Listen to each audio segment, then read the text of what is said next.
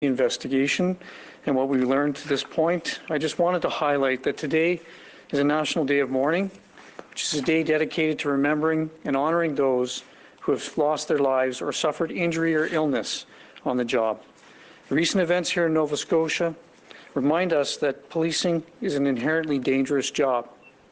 And today, Constable Heidi Stevenson, who gave her life to protect her community, and Constable Chad Morrison, who was injured in the incident, are both very much on our minds. Thank you once again to everyone who bravely responded to intervene and to those who stopped to help them. Today is also a day to acknowledge the victims of this tragic incident. And I want to express my sincere condolences to all the families of the 22 innocent people who were killed at the hands of a gunman. I want to thank Nova Scotians for their support that they've shown all the families and to the RCMP. Having provided an account of the incidents this past Friday, my focus today is to provide you with an update on our investigation and the information that we've uncovered to this point. Any homicide investigation is a significant endeavor.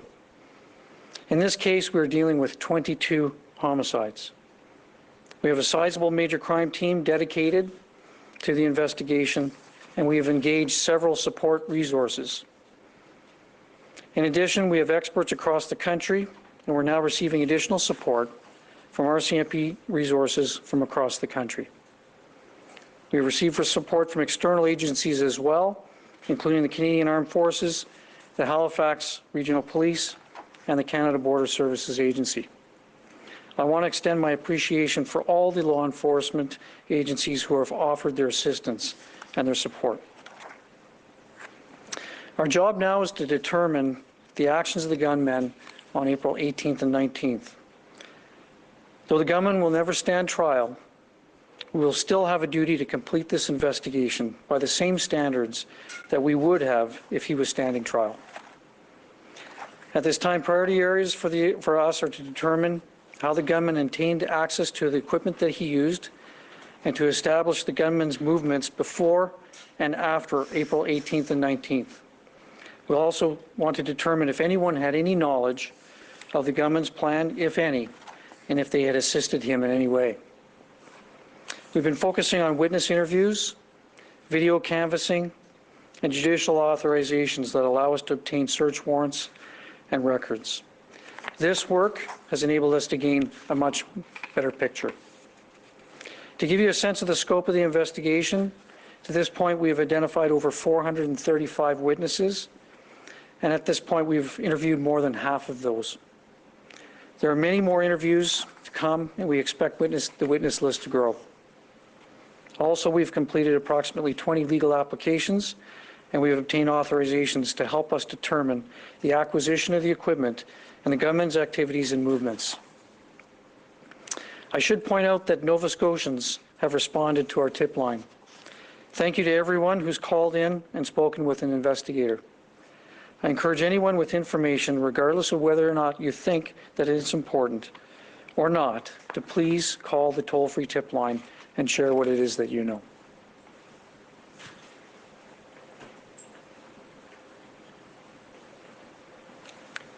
Et maintenant en français. And now in French. Avant de commencer et de donner des renseignements à propos de and to l'enquête provide information et about de our ce que nous avons investigation appris jusqu'à and what we présent, have learned up until now, I want to point out that today is the National Day of Mourning, a day that we have established to honor the memory of people who have given their lives, been injured, or become ill as part of doing their duty. Recent events here in Nova Scotia remind us that the work of a police officer is inherently dangerous. Today, Constable Heidi Stevenson, who gave her life to protect the community, and Constable Chad Morrison, who was injured, are both on our minds. Thank you again to all of those who bravely responded to the call to intervene and those who assisted them. Today is also a day to remember the victims of the tragic events that occurred on the 18th and 19th of April. I want to express my sincere condolences to the families of the 22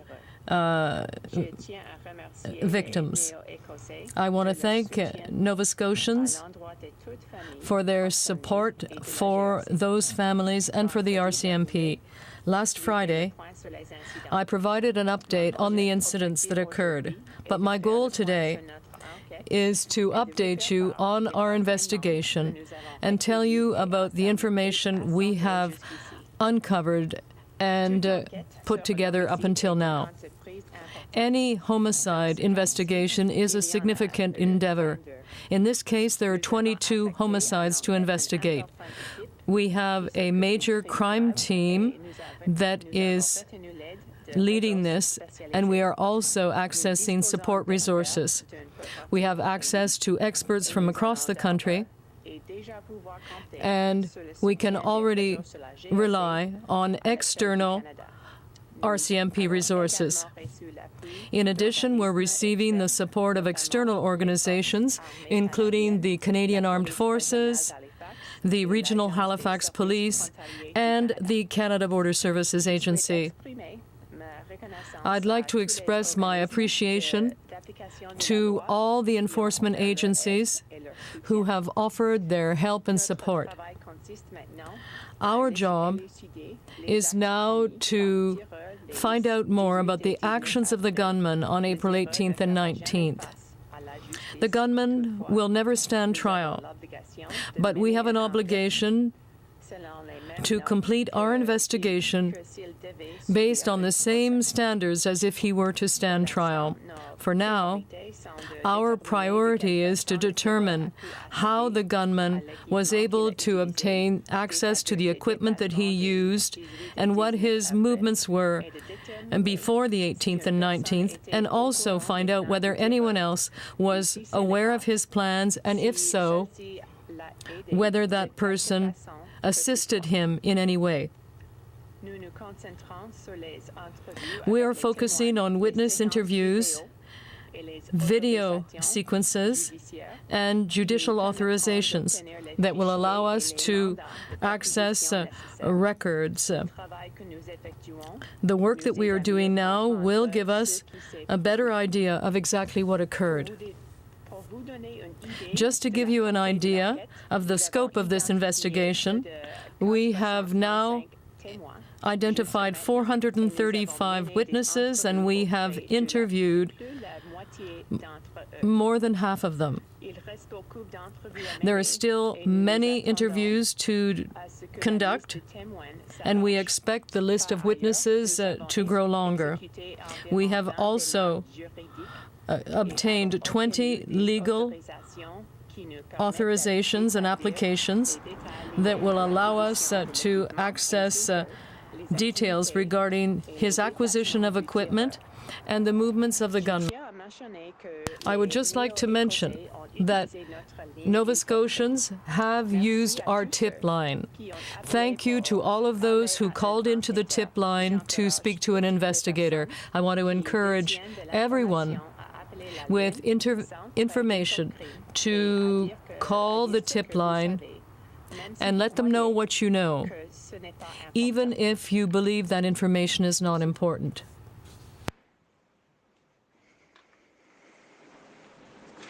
Okay, so what I'd like to do first off is I'd like to address some issues and aspects in and around the questions related to the uniform. From witness statements that we've learned that the gunman was a collector of many things, including police memorabilia, and he was in possession of multiple pieces of police uniforms from a variety of agencies. Many witnesses interviewed have spoken of the gunman's interest in the RCMP, which dates back some time. We now know that on April 18th and 19th, the gunman wore parts of an authentic RCMP uniform, including a shirt and pants with a yellow stripe. We also know that he had changed clothing while he traveled between the communities. We have yet to confirm exactly where or how he obtained these uniform pieces. This is an important aspect of our investigation, and this will take some time. We do know that surplus police uniforms can be available to the public through a variety of means, which include things like surplus stores, auctions, and online. With respect to the car, I'd like to address some issues in and around the police vehicle. We've learned through our investigation that the government's collection of police memorabilia included that of police cars. This was widely known. He didn't hide that fact that he had cars or memorabilia from people that knew him. However, at this stage of the investigation, we have not uncovered any information that the police had knowledge that he had possessed these vehicles or that he had possessed a replica police vehicle. Investigators have determined that all 4 police cars were former police models, and the gunman had acquired them through auctions within the past few years. With regard to the replicated police vehicle that he used on April 18th and 19th, we believe that he obtained that vehicle in the fall of 2019.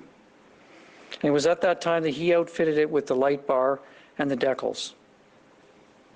How he obtained these decals and how they were produced is an investigative detail that I can't get into, other than to say that we've made progress in this area of the investigation.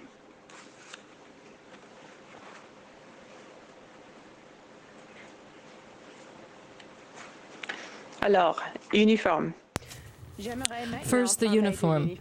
I would now like to talk about the uniform. Based on witness statements, we learned that the gunman collected a number of items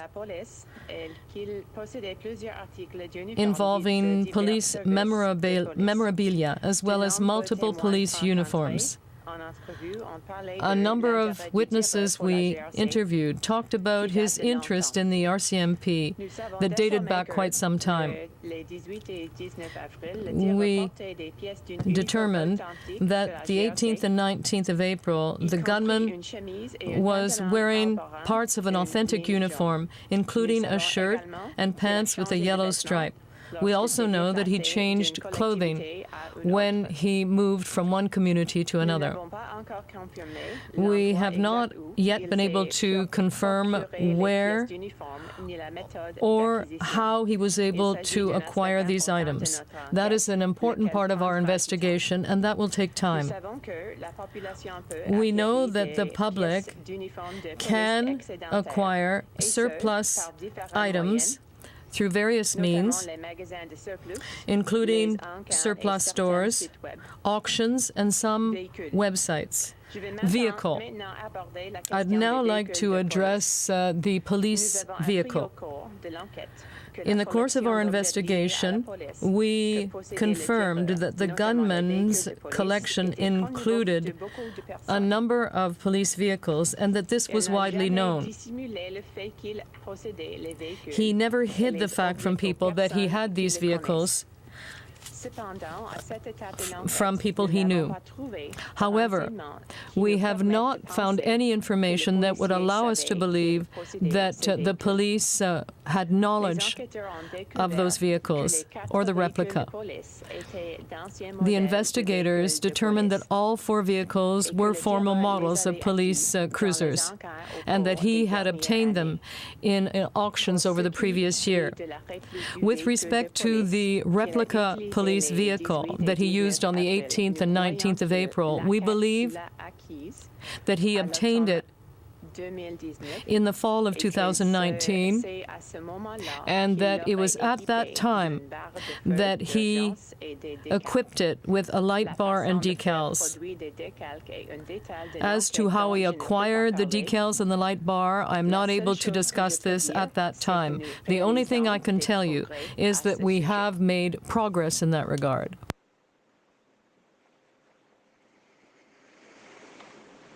So what I'd like to do now is take you through a more detailed account of the gunman's movements on April 18th and 19th. This information has been established through the efforts of our investigative teams. At this point in our investigation, this is what we believe. If we can get you to refer to the first image. So after receiving the first 911 call, just after 10 o'clock, officers arrived in the Portapique area around 10:26 in the evening. This information gathered since the incidents occurred lead us to believe that the gunman had actually left the Portapique area through a field at approximately 10:35. So if you note there on the image that I provided, there was a witness that saw a vehicle that was traveling through a field, which was not very common. And what we've done is we've actually been able to determine through video evidence that the gunman had actually traveled a distance of approximately 26 kilometers, where he actually entered into an area in Debert, which is an industrial area. He arrived at that location at 11:12 in the evening. It's of great interest to us what the suspect or the gunman had done at that location, but we do know that he spent the evening there. We've searched that area thoroughly, but we are making a plea to anyone in that area, if they had seen anything suspicious, to please contact the police. We've obtained video evidence that shows that the suspect had left the area at 5:43 in the morning, traveling northbound on Highway 4 on his way to Wentworth. That distance was approximately 44 kilometers. Other video evidence obtained shows that the mock police vehicle is driving by a residence very close to the location where the gunman had actually killed 2 males and a female, and that happened at 6:29 in the morning. Video evidence also shows that the gunman had left the area at 9:23. We believe that the victims were killed shortly after the gunman arrived, more than 3 hours before that time. And it was near that time that the gunman had actually set fire to the residence, and it's established by the video in the area. The gunman then traveled south on Hunter Road towards Highway 4 for a distance of approximately 14.5 kilometers, where he encountered a female in and around the area of Highway 4 and Highway 224 at around 9:48 in the morning. He continued through that area from Glenholm towards Debert. And as I mentioned last Friday, this was the location where we received a 911 call about a male known to the occupants of that residence who was driving a RCMP replica vehicle and wearing a uniform. That call was received at 9:48 in the morning, and that was within the 2900 block of Highway 4 in Debert. The gunman left the area, and he did not have any contact with the occupants of that residence. So he left the residence northbound in the same direction that he had come from on Highway 4, and approximately at around 10:08, we also see this the gunman's vehicle, just before 10 o'clock, traveling through towards the Debert area. It was at that point, around 10:08, when we received additional calls that the gunman was involved in another incident right near the area that I had described before, where the gunman had spent the evening previously. Okay.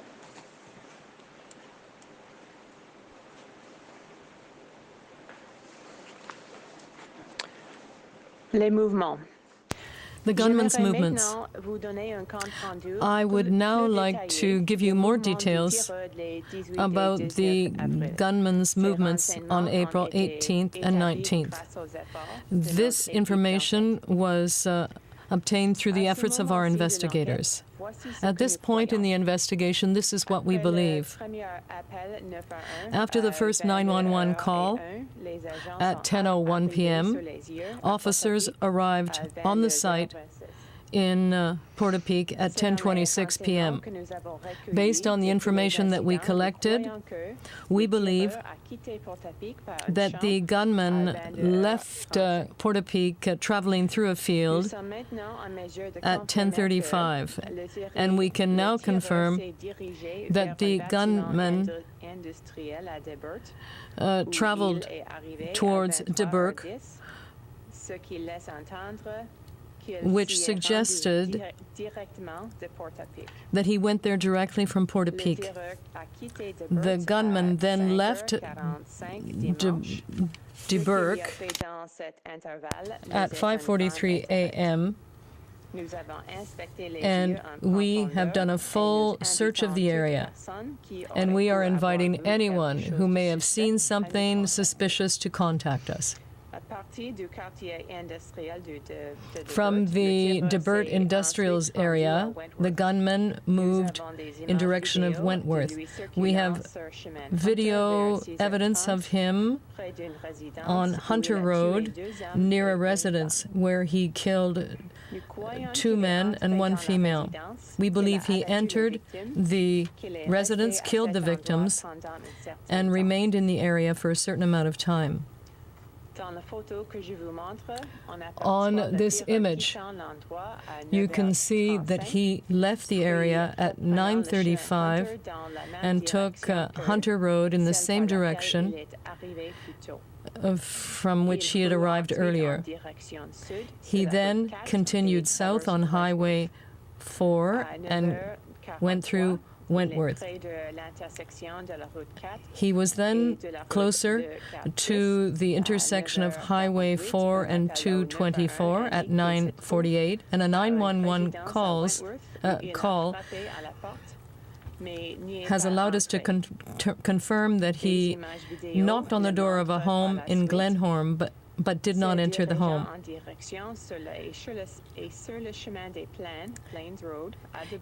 He then was seen on De Burke Road at 9:57. From then, he traveled east on Highway 4, and video evidence shows that he went through Truro between 10:15 and 10:20. He did not stop in Truro. From Truro, he then took Highway 2 in the direction of Millbrook. This is an image of his car, and you may have seen this picture in the media. The gunman is taking off his vest and putting on different clothing. He then continued south on Highway 2 until Hiller. Video evidence show him near the Brookfield Esso station at 10:32. The next 2 points of interest are where the gunman encountered Chad Morrison and Constable Heidi Stevenson. After that encounter, he traveled a short distance on Highway 2, where he entered a residence close to the highway. There he left the SUV silver vehicle that he had been driving and removed his police uniform. As we mentioned Friday, he transferred his weapons into the vehicle of the female victim. He left that area and continued on Highway 2 towards Enfield, and then we see that he came close to a toll stop. He then entered the Irving Big Stop. Since our last press conference, our investigation has made significant progress.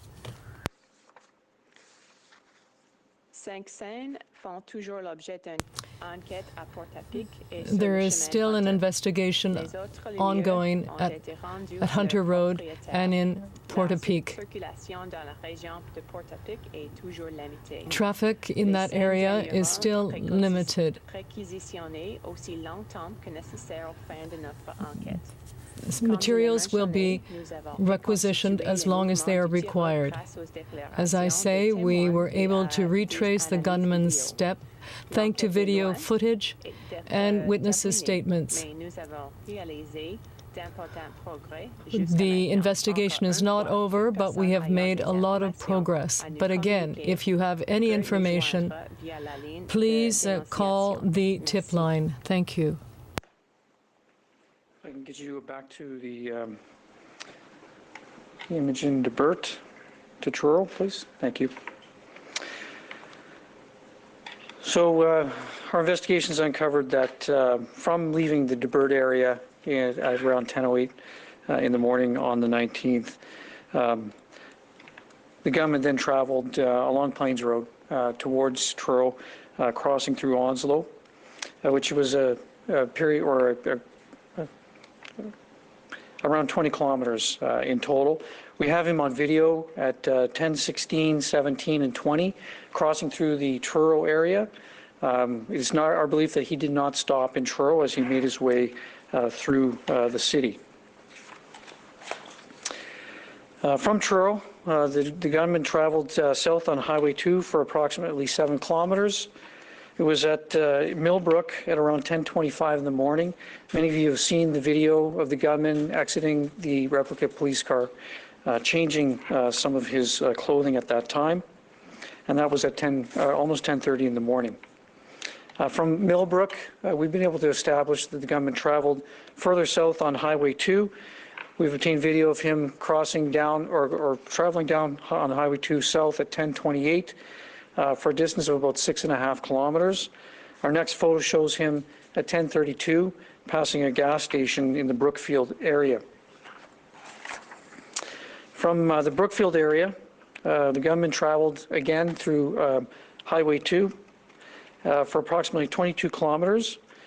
It was at around 10:49 when he shot and wounded Constable Chad Morrison in the Shubenacadie area.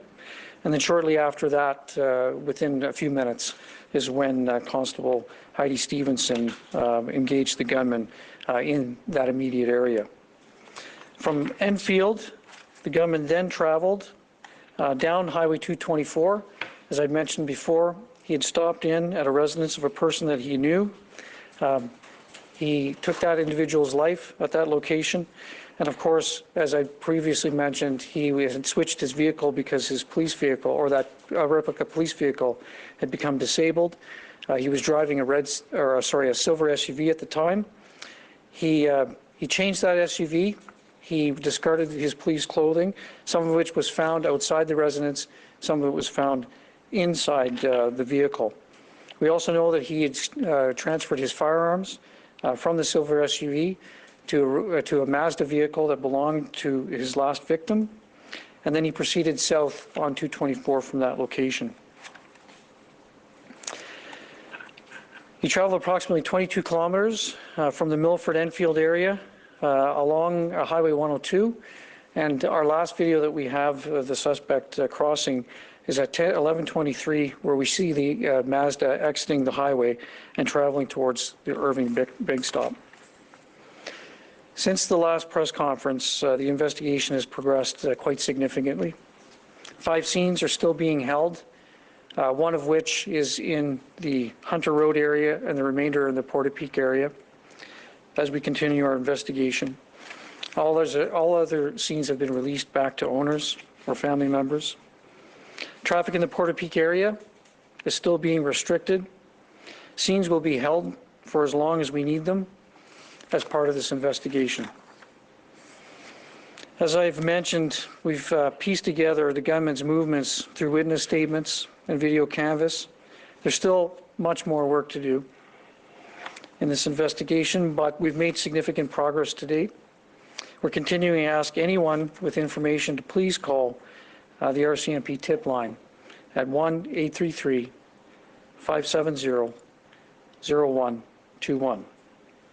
And before maybe we take some questions, I just would like to clarify some information and some questions that arose from my last conference on last Friday. And it was a comment that I'd made with respect to a question about the assault on the common law spouse of the gunman. And I had described that as it's under a number of possibilities as to whether or not that could have been something that was a significant incident. And I think I used the word catalyst. I would like to clarify that my meaning of that word catalyst is that it was the first significant assault through the course of the events that unfolded that evening. I do not want to leave anyone with the impression that the victim of that assault had anything to do with the gunman continuing on with his rampage. The wording, the catalyst, was used to express that that was the first victim in the series of very horrific events. And I want to be very clear that violence against women is intolerable.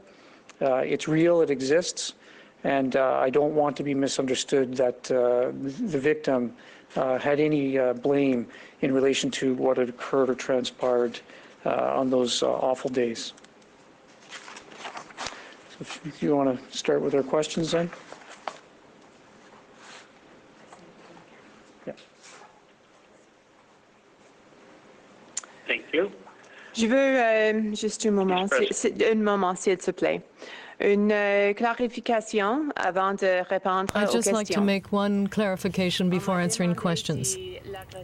I was asked whether the assault and the flight of his girlfriend was a catalyst in what occurred afterwards. These were not the only factors involved in this event. I used the word catalyst to give people a more clear image of the potential cause,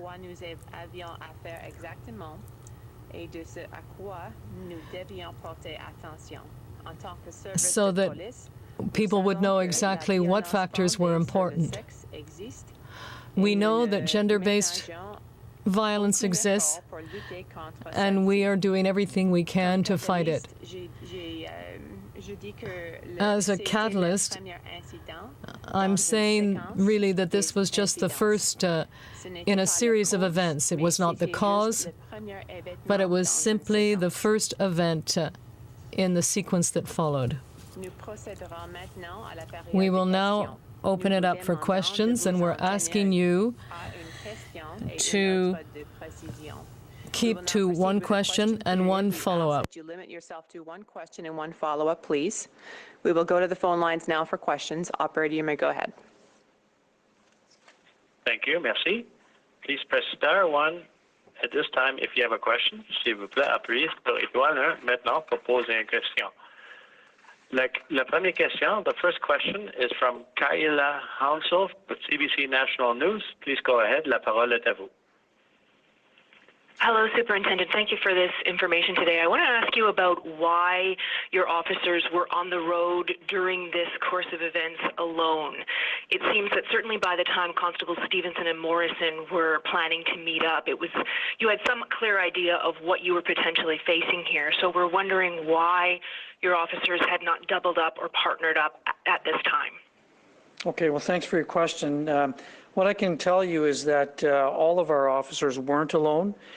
We do have some of our police vehicles which have single officers within them, and then we have others that would have what we would call a two-person car.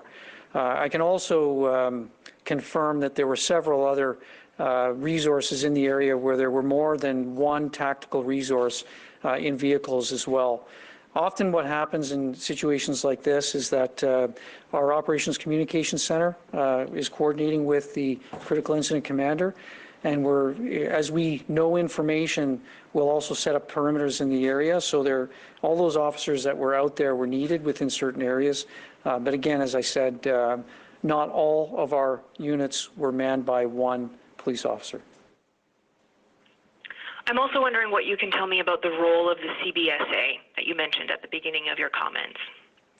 So I can't get into exactly what their role is. I mean, I think that I had answered a question last Friday with respect to the origin of some of the weapons that we're looking at.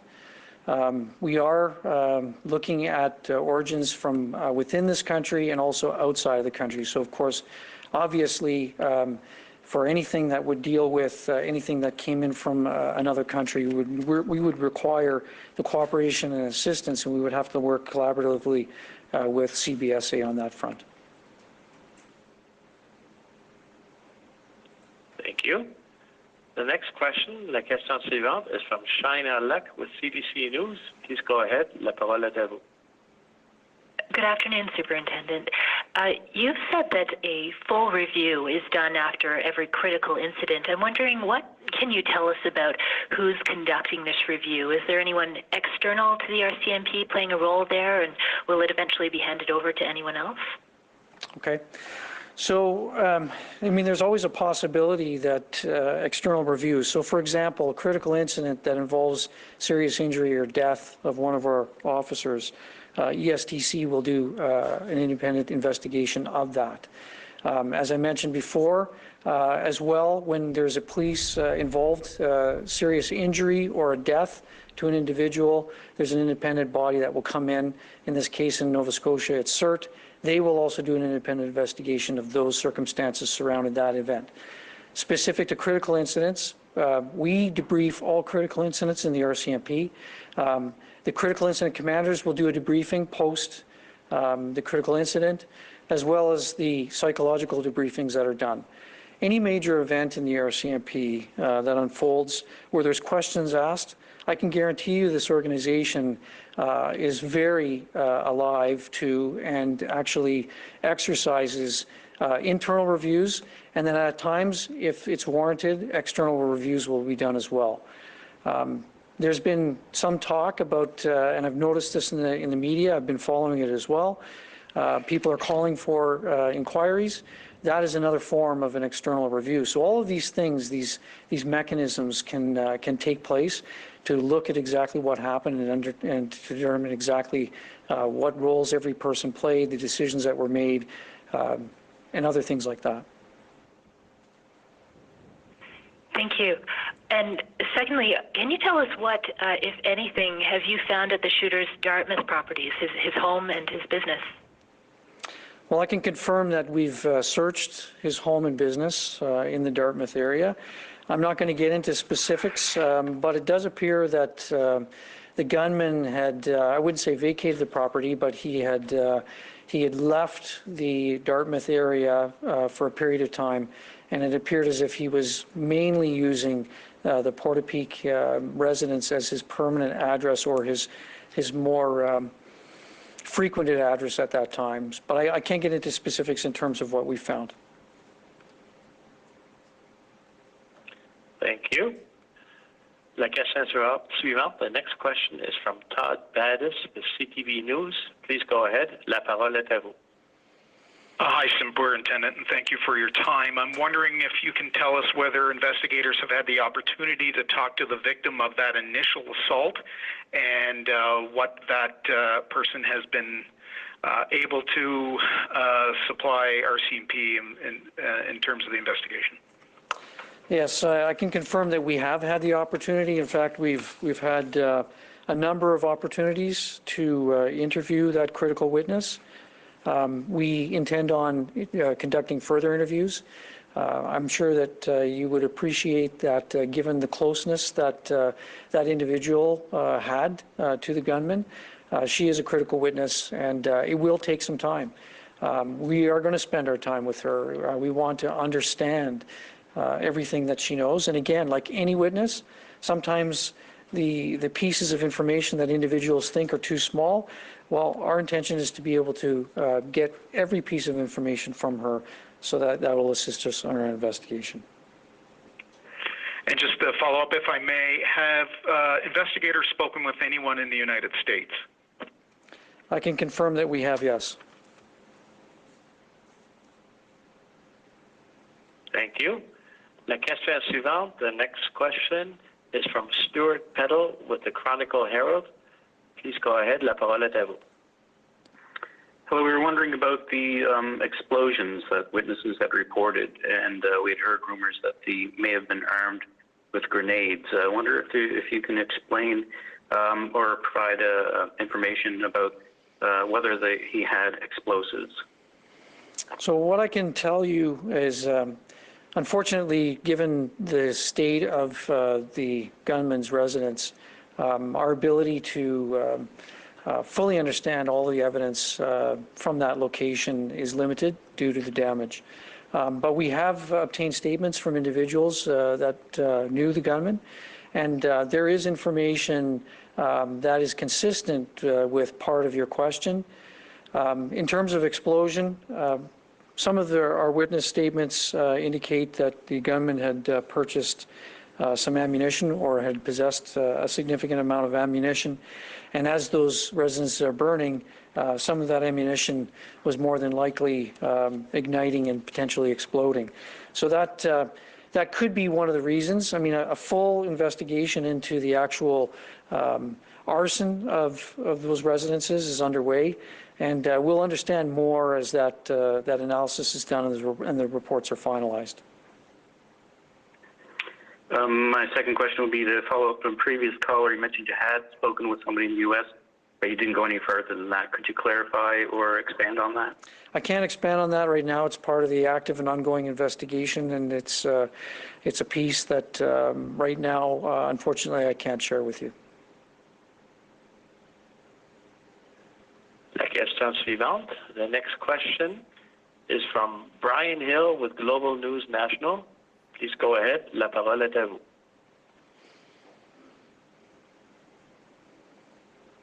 I'm sorry, Mr. Hill. We're unable to hear it this time. If you have a question, please go ahead. Your line is open. Unfortunately, we are unable to hear you. Hearing no response, we will move on to the next questioner, which is Michael Tutton from the Canadian Press. Please go ahead. La parole est à vous. Good afternoon, Inspector. Can you please describe any prior history of domestic abuse by Mr. Wortman against women or his partner? Whether you uncovered any prior and how extensive it was? So as I've mentioned, we're speaking to everybody that knows the gunman. And of course, we're not just focusing on the events of April 18th and 19th. We're obviously working backwards from that. And we have spoken to witnesses who have provided information to us about prior assaults. Those are all things that we are dealing with right now. And as I mentioned in a previous question, the common law spouse of the gunman, those are items that we're working through with her right now to have a better understanding of that. And I'm going to ask a follow-up question, but please clarify if you mean domestic assaults.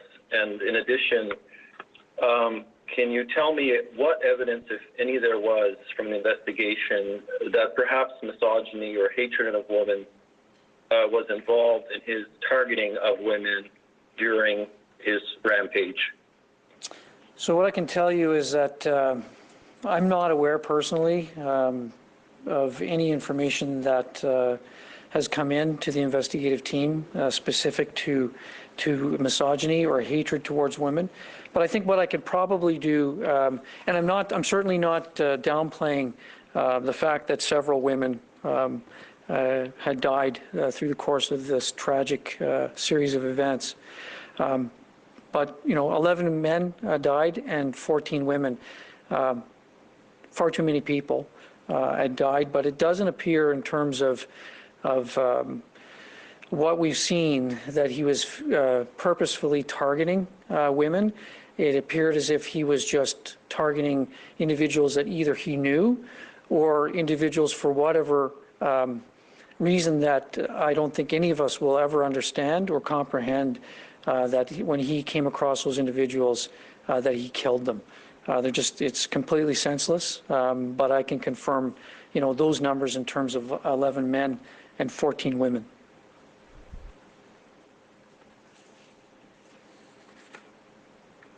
Thank you. I should maybe stop for a second and just clarify that when I say victims, I'm talking about individuals who were injured, either killed or injured. So, for example, last Friday I had mentioned that there was a male and a female who were driving in a vehicle leaving the Portapique area, and when the gunman had pulled up beside them, he fired into that vehicle. That individual was injured. He was wounded. So I'm talking about those who were wounded, like Constable Morrison, as well. So they're included in those numbers. And if it makes any difference to anyone, I can also confirm that the government not only killed people or shot at people, but he also killed animals and pets that were at the residences or either wounded them.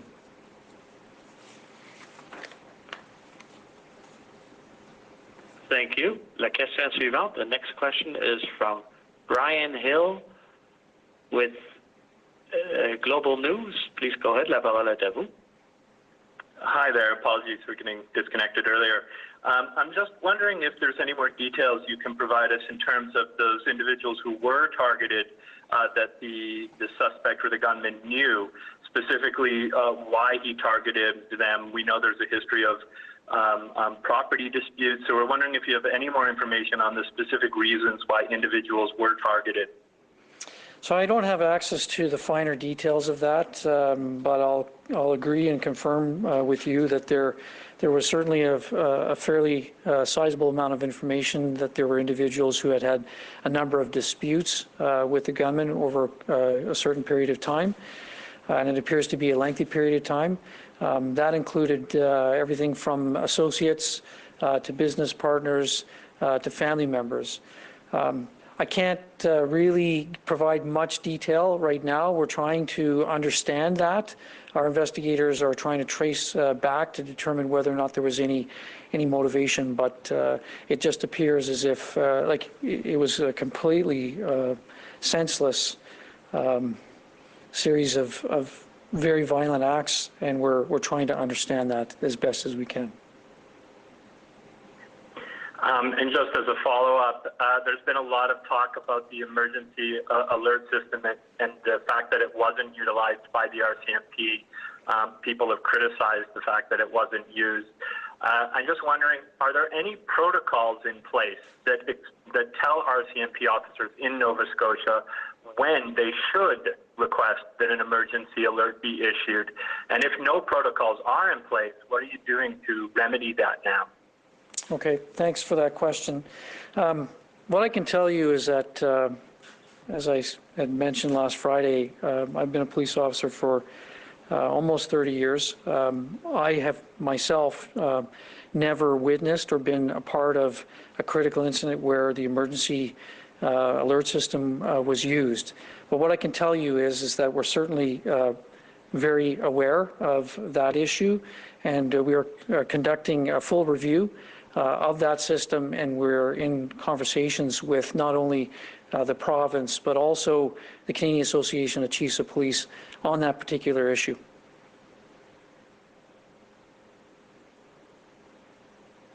Thank you. La question suivante. The next question is from Paul Vieira with the Wall Street Journal. Please go ahead. La parole est à vous.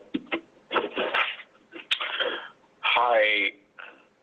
Good afternoon. I want to be clear on something.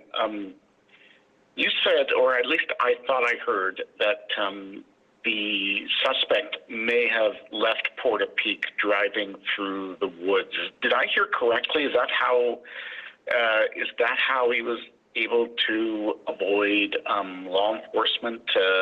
Is it estimated that he left the Portapique area before police arrived? Well, I would say that based on the call detail records that we have through our Operational Communication Center, it shows our first unit arriving on the scene at 10:26 in the evening. And since that time, we've obtained a statement from an area resident that believed at the time that they saw a vehicle moving through a field was at around 10:35. So there's approximately a 9-minute period of time. We're talking about... Is from Greg Mercer with the Globe and Mail. Please go ahead. La parole est à vous. Thank you. This question is about the investigation into whether or not the gunman received help in the lead up to these crimes. Are your investigators interviewing former RCMP officers about their relationship with the gunman? What I'll confirm is that it's my understanding that the gunman was related to retired RCMP officers, and we've interviewed those officers, and we're continuing the investigation.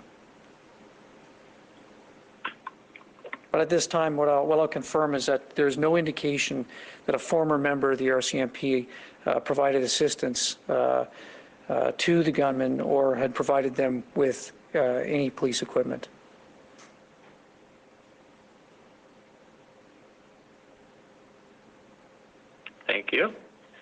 The next question, la question suivante, is from Alexa McLean with Global News.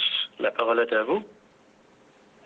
Good afternoon, thank you. I'm just curious if RCMP have determined all of the weapons that were used by the gunman, and if he had a firearms license outside of Canada.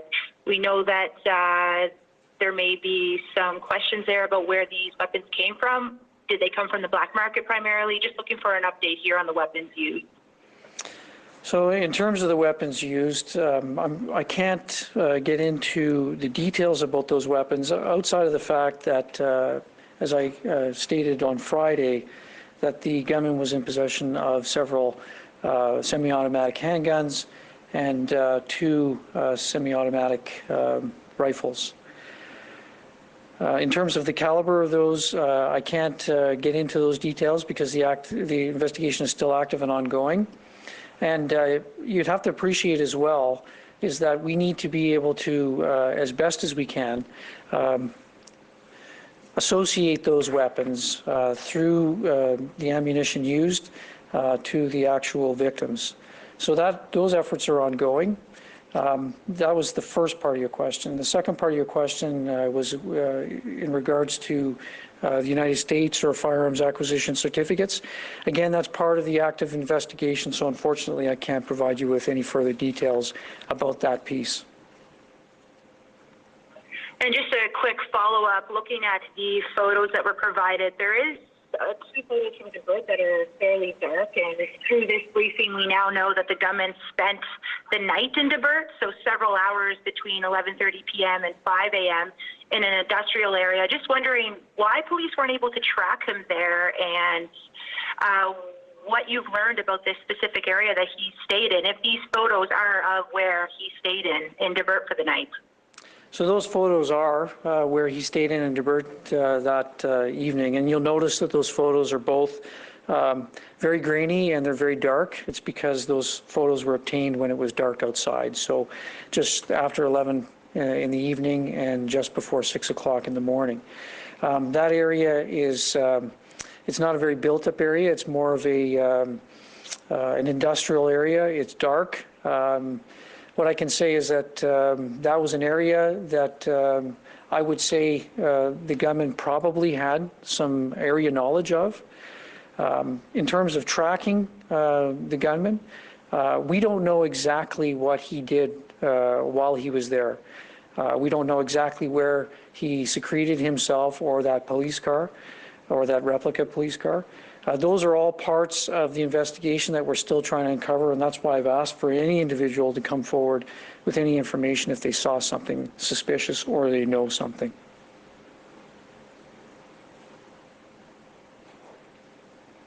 Thank you. The next question, la question suivante, is from Victoria Walton with The Coast. Please go ahead. La parole est à vous.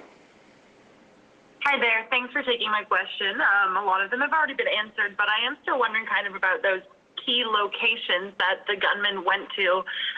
You mentioned, I believe, he went to a location in Wentworth twice, and we know that he was kind of observing and things like that. And can you just talk about why he may have gone to some locations more than once, as well as spent more time in locations and then traveled more quickly through others? So I'm going to need you to clarify part of your question when you said that, information about the gunman observing certain locations.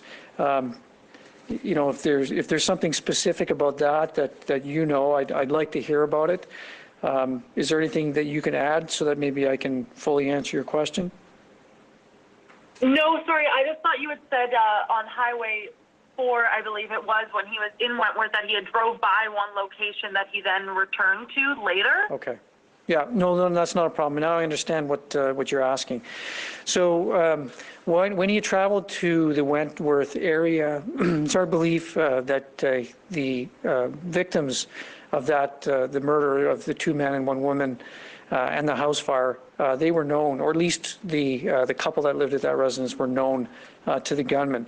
That first image that is on that slide is an image from a house nearby that had a video surveillance system, and I believe that it shows the gunman passing by towards that residence where that offense occurred at around 6:30 in the morning. The second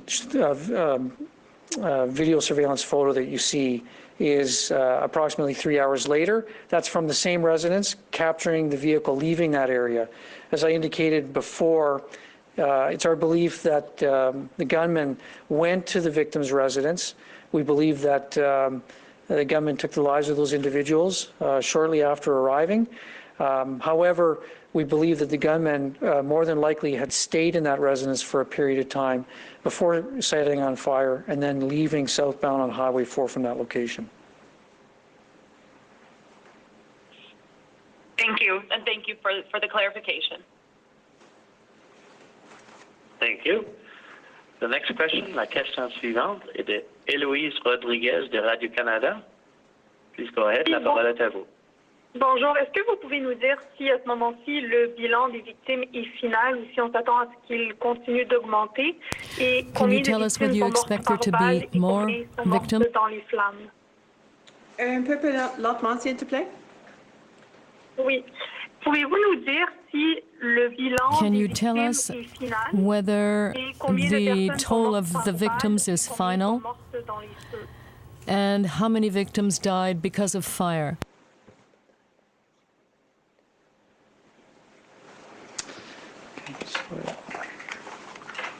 Un moment, s'il te plaît.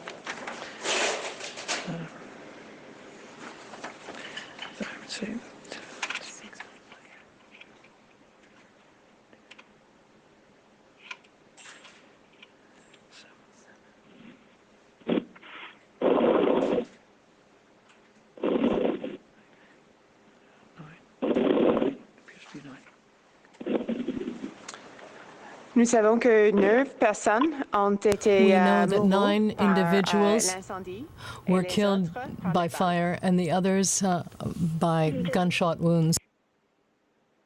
Est-ce que c'est le bilan final? Ou vous Is that attendez the encore final avoir toll d'autres of victims, or are you expecting to find more victims? Non, nous savons maintenant que No. n'y a pas des autres victimes. Now we know there are no other victims. Merci. Et est-ce que Thank you. vous avez, à la lumière de ces nouveaux éléments, qu'est-ce And que in vous light pouvez of nous this dire new sur information, what can la you tell us relation entre, about the relationship between the gunman femme qui a été and the agressée? first woman who was assaulted? Do we have more details about their relationship?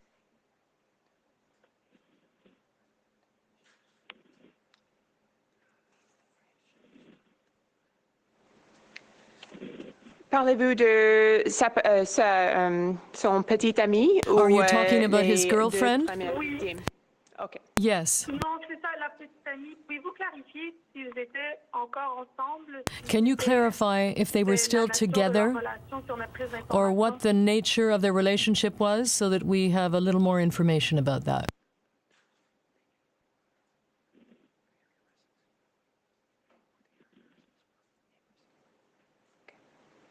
Ils étaient des voisins.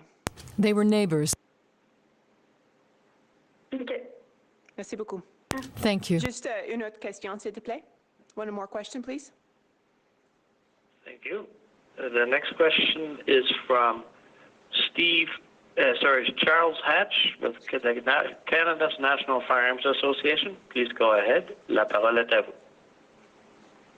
Hello, Superintendent. Thank you for taking my question. Many of my questions have already been answered by the previous reporters. I do have an outstanding question, which is, was the murderer in possession of a so-called military-style assault rifle? What I can say is that there was what would be considered a weapon that could be described that way, but I don't want to get into those details because, as you may know, as we move through the investigation, we talk to witnesses, establishing the credibility and the weight of the information that they provide to us is very important, and we do that through them providing us details that are not widely known by many and that's why we can't disclose those details right now. Okay, fair enough. Can you say whether or not that so-called military-style assault rifle was actually used in the rampage? Well, I can't at this point at all talk to you about too many of the weapons. I do know that witnesses did describe seeing the gunman carrying a long-barreled weapon, and I can also say that, of course, gunman carrying a long-barreled weapon, and I can also say that, of course, gunman carrying a long-barreled weapon, and I can also say that, of course, gunman carrying a long-barreled weapon, and I can also say that, of course, gunman carrying a long-barreled weapon, and I can also say that, of course, gunman carrying a long-barreled weapon, and I can also say that, of course, gunman carrying a long-barreled weapon, and I can also say that, of course, gunman carrying a long-barreled weapon, and I can also say that, of course, gunman carrying a long-barreled weapon, and I can also say that, of course, gunman carrying a long-barreled weapon, and I can also say that, of course, gunman carrying a long-barreled weapon, and I can also say that, of course, gunman carrying a long-barreled weapon, and I can also say that, of course, gunman carrying a long-barreled weapon, and I can also say... Okay, we're having some problems with the feed there. We apologize for that. Of course, that was the latest update from RCMP in Dartmouth, Nova Scotia. That was Chief Superintendent Darren Campbell giving the latest timeline on what happened during that rampage 2 weekends ago there that killed 22 people. There are some new details that we're learning. We know that 9 people were killed by fire because there were some homes that were set ablaze. There were also others, the 13 others, they confirm were killed by gunshot. And you heard the last question there asking about what type of weapons that the killer was using. There was a question that he did have semi-automatic handguns, semi-automatic rifles, but the question there from the reporter was there a weapon that could be described as a military assault rifle?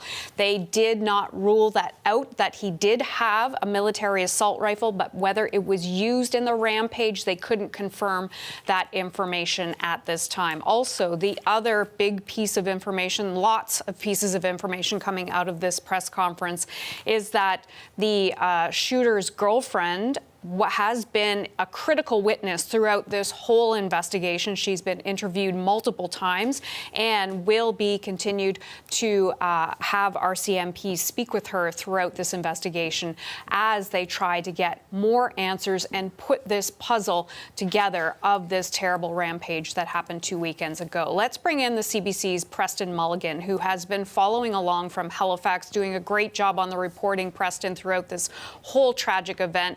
Let's start off with Superintendent Darren Campbell did fill in some of those timeline gaps, but specifically where the gunman spent the night. Yeah, that's right. As you heard, Superintendent Darren Campbell started to kind of fine-tune the timeline. They gave us a timeline on Friday.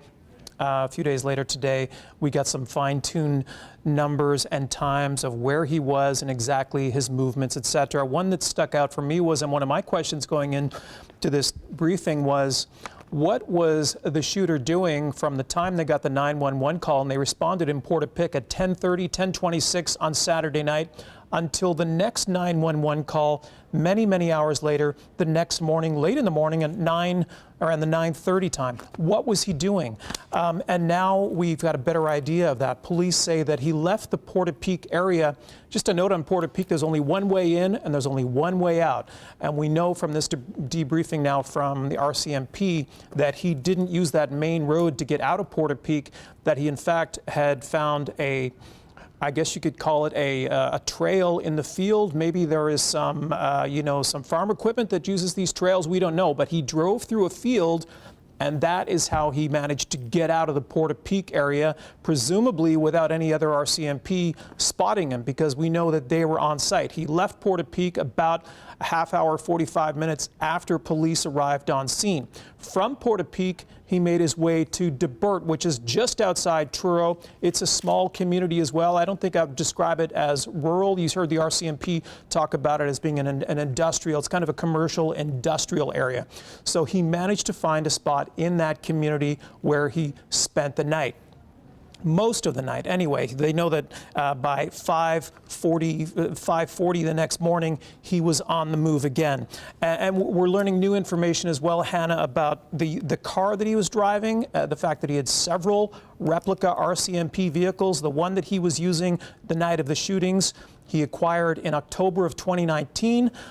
He apparently went online and acquired those roof lights that you see, as well as the decals. Those were purchased online. But the police said earlier in this news conference that that's one of the things they're most interested in, is how he got those decals. Another very interesting detail, I think is the first time we heard this, was that the shooter has relatives who were retired RCMP officers, and they're in touch with those retired RCMP officers now, and that they're among the many witnesses that police are talking to. We know they've got up to 435 witnesses in this case already, half of whom police have managed to sit down and talk to already. And one of the things that we heard Chief Superintendent clarify there as well is that although he did have relatives, that they didn't play any role in assisting the shooter in this rampage. Good point. That's right. And he also talked more about the attack on his girlfriend. That's right. The question came late in the briefing about the relationship. The superintendent, Darren Campbell, referred to the woman as his common law partner. Near the end of the debriefing, he said that they were neighbors, so they were led to understand that they didn't live together, and that she was the first victim in this violent attack, that there was what they referred to Friday as a serious assault on his common law partner, but that she managed to escape, that she left the house where they were that evening, late Saturday night, and managed to go to the woods, a nearby wooded area, and hide in the woods. And she stayed in the woods until 6:30 the next morning. That's when she emerged, and that's when she became the key witness. Sunday morning, was able to tell police officers who he was, what he had, and more information that we're not 100% privy to, the kind of information she gave them. Preston Mulligan, thank you for your great reporting. We really appreciate it. CBC's Preston Mulligan in Halifax.